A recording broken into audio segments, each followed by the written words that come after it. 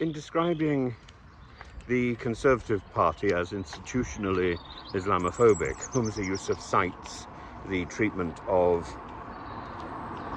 Diane Abbott by Frank Hester and then by the Conservative Party itself.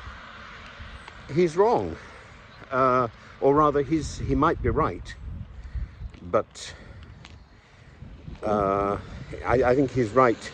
He would be right if he said it was institutionally prejudiced, but that's something to do with the bias of our parliamentary system.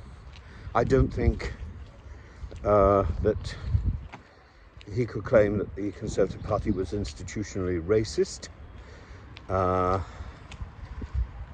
partly because of the prevalence of people of colour in the highest jobs in our country. But equally, there may be an element of tokenism there, of course,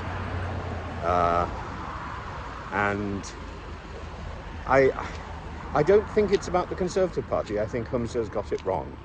I think it's about Westminster and about our parliamentary collapse and something about the adversarial system which invites such abuse.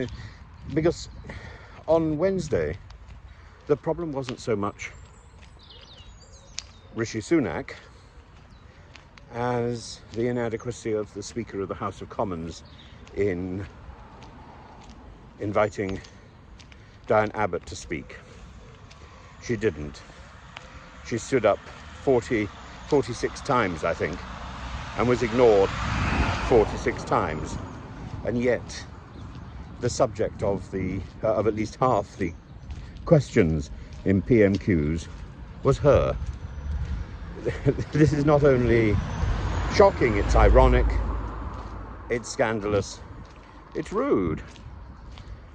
But to draw the conclusions from that it's then fundamentally racist or fundamentally misogynist, simply because Diane Abbott is a woman of colour and is a woman, that's not logically sound.